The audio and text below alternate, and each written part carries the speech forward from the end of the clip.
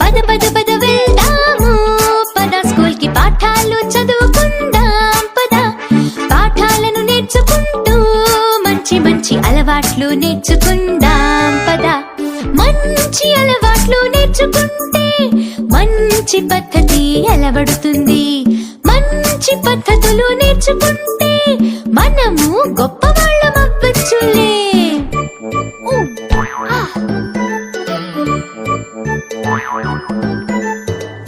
గొప్పవాళ్ళమయ్యామంటే మనము దేశాన్ని